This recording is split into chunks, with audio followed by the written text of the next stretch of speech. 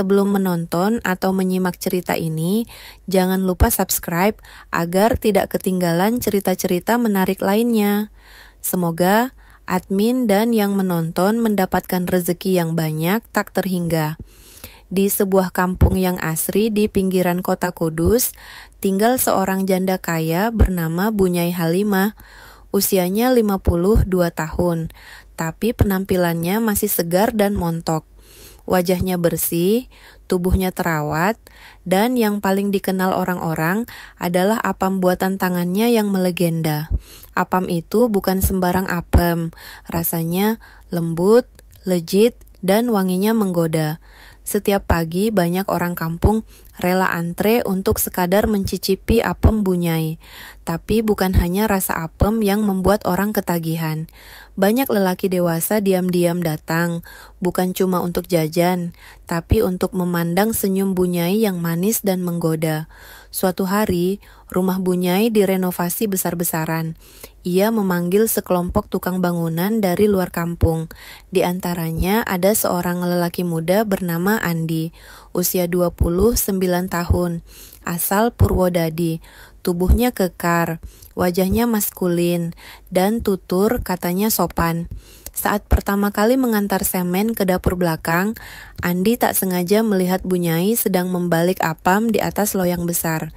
Wangi apam itu menyeruak, berpadu dengan aroma minyak wangi yang dipakai Bunyai. Senyuman manis wanita parubaya itu membuat Andi kikuk. "Wah, harum banget, Bu," kata Andi sambil mengusap peluh. "Kamu suka apem?" tanya Bunyai menggoda. "Sini coba dulu, masih hangat." Andi menerima sepotong apam dan menggigitnya.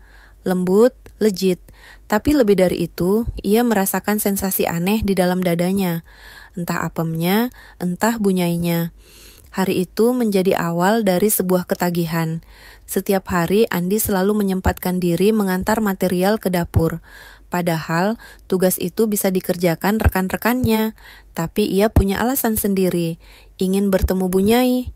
Bunyai yang janda sejak 5 tahun lalu, itu tampaknya sadar dengan perhatian si tukang muda. Ia mulai mengenakan daster ketat, membiarkan sebagian dadanya mengintip manja, dan menyapa Andi dengan senyum manis setiap kali datang. "Kamu kelihatan capek, mau apem yang lembut dan hangat," katanya suatu siang. Andi tertawa kecil, tapi sorot matanya terpaku pada apem dan dada Bunyai yang berguncang saat ia tertawa. "Bunyai ini godaan dunia ya," gumam Andi dalam hati. Malamnya, Bunyai diam-diam menaruh satu kotak apam di atas jok motor Andi yang diparkir, dengan kertas kecil bertuliskan, "Kalau suka, besok datang ke dapur pas jam istirahat. Jangan bilang siapa-siapa, ya." Hati Andi berdetak tak karuan. Ia tahu ini bukan sekadar apem, ada sesuatu yang lebih panas. Keesokan harinya, Andi datang ke dapur saat jam istirahat. Tak ada orang lain, hanya Bunyai dengan daster tipis warna ungu. Rambutnya digelung dan wangi tubuhnya menguar ke seluruh ruangan. "Sini, duduk di pojok," katanya pelan. "Mau apem spesial?" Ia menyodorkan apem yang lebih besar dari biasanya. Lalu duduk di hadapan Andi sambil memandangi matanya lekat-lekat. Andi mengangguk gugup. Tangan mereka bersentuhan sebentar saat Bunyai menyodorkan teh hangat. Tapi bukan tehnya yang bikin Andi berkeringat. "Kalau kamu kerja yang rajin, Ibu kasih apem tiap hari. Tapi jangan nakal ya," bisik Bunyai sambil menyentuh tangan Andi sedikit lebih lama dari seharusnya. Hari-hari berikutnya menjadi penuh godaan. Setiap kali Andi ke dapur, Bunyai semakin berani menyentuh lengan Andi, menyuapi apem langsung ke mulutnya, bahkan sesekali menatap bibirnya dengan dalam. Andi pun mulai berhalusinasi. Setiap malam ia tak bisa tidur. Yang terbayang hanya Bunyai dan apam buatannya. Suatu siang, saat hujan turun deras, para tukang istirahat lebih lama dari biasanya. Andi mengendap ke dapur. Kali ini Bunyai sudah menunggu, hanya mengenakan daster tipis tanpa bra. "Kamu belum makan apem ya?" Suaranya serak menggoda. Andi diam. Pandangannya tajam. Bu, saya nggak bisa terus begini. Saya makin kepikiran. Kenapa? Kamu nggak suka apem, Ibu? Bukan, Bu. Saya suka. Tapi saya juga suka yang lain, ucap Andi jujur. Bu Nyai mendekat. Sangat dekat. Jangan bilang kamu jatuh cinta ya, katanya sambil tersenyum tipis. Andi mengangguk. Saat itu hujan semakin deras. Dan di dalam dapur hangat itu, sebuah rahasia meledak seperti uap yang lama ditahan. Sejak malam itu, Andi sering pulang larut, kadang menginap di gudang belakang.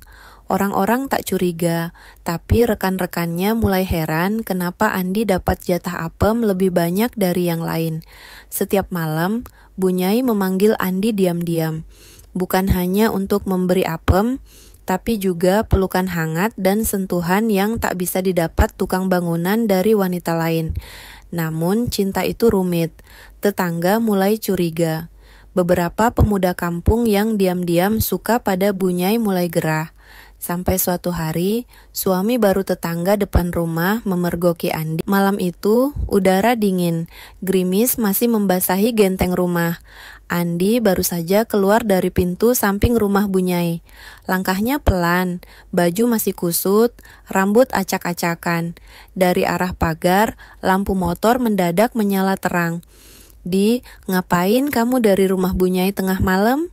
Ternyata yang memergoki adalah Pak Budi, suami baru Mbak Sri, tetangga depan yang terkenal galak. Ia menatap Andi dengan pandangan menyelidik. Andi tercekat, ia tak bisa jawab, hanya bisa menunduk. Bu Nyai tadi bilang rumah kosong. Lah, kamu keluar dari sana, jangan-jangan kalian sontol.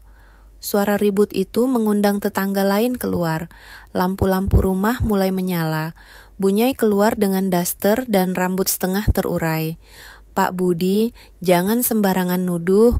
Andi ini cuma bantu betulin keran air belakang yang bocor.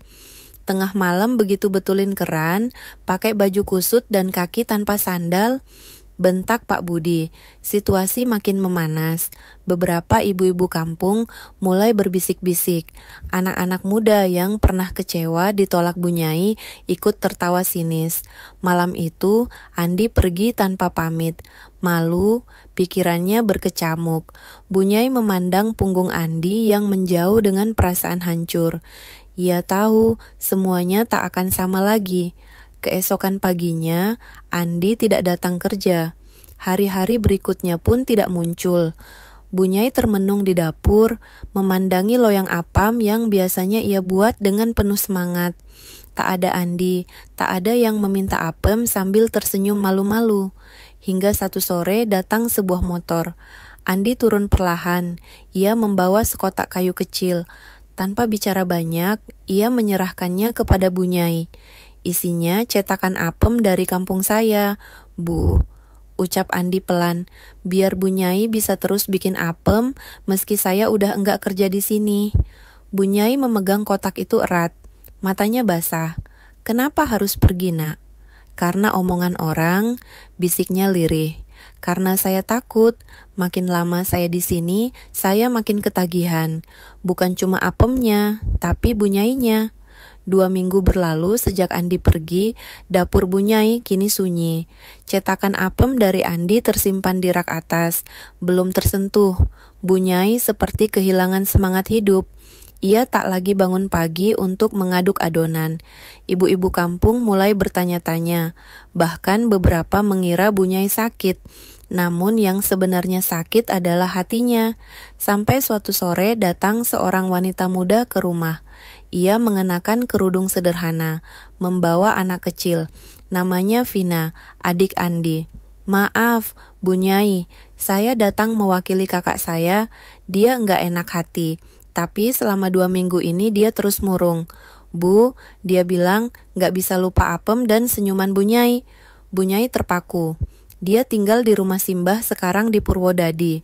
Kalau Bu Nyai masih sayang Kak Andi, dia minta Bu Nyai datang. Katanya ada yang ingin dia bicarakan langsung. Air mata Bu Nyai menetes. Tanpa banyak bicara, ia masuk ke dapur. Cetakan apem dari Andi ia keluarkan. Dengan hati-hati, ia mulai membuat adonan apem yang dulu ia buat dengan cinta. Hari itu, dapur kembali wangi. Apem lembut dan legit yang pernah membuat Andi ketagihan, kini akan jadi bekal perjalanan. 2 hari kemudian di Purwodadi, Andi tengah duduk di teras rumah simbahnya. Rambutnya sedikit gondrong, wajahnya kurus. Ia tampak terkejut ketika melihat motor matik berhenti di depan rumah. Turun dari motor, Bunyai membawa rantang berisi apem hangat. "Kamu lupa sesuatu, Nak?" katanya pelan. Andi berdiri gugup, matanya berkaca-kaca. "Apa, Bu? Apem ini dan janji kamu. Katanya mau kerja sampai rumah selesai, tapi kamu pergi cuma karena omongan orang." Andi mendekat. Ia menatap mata Bunyai yang kini mulai berkaca-kaca juga. "Saya bukan cuma ketagihan apem, Bu. Saya jatuh cinta." Bunyai tersenyum pelan. Lalu ia membelai pipi Andi dan berkata, "Kalau begitu temani Bunyai sampai tua. Jangan cuma karena apem ya, tapi karena hati." Hari itu Andi mencium tangan Bunyai. Bukan lagi sekadar tukang dan janda kaya, tapi 2 hati yang pernah saling mengisi, kini memilih saling melengkapi.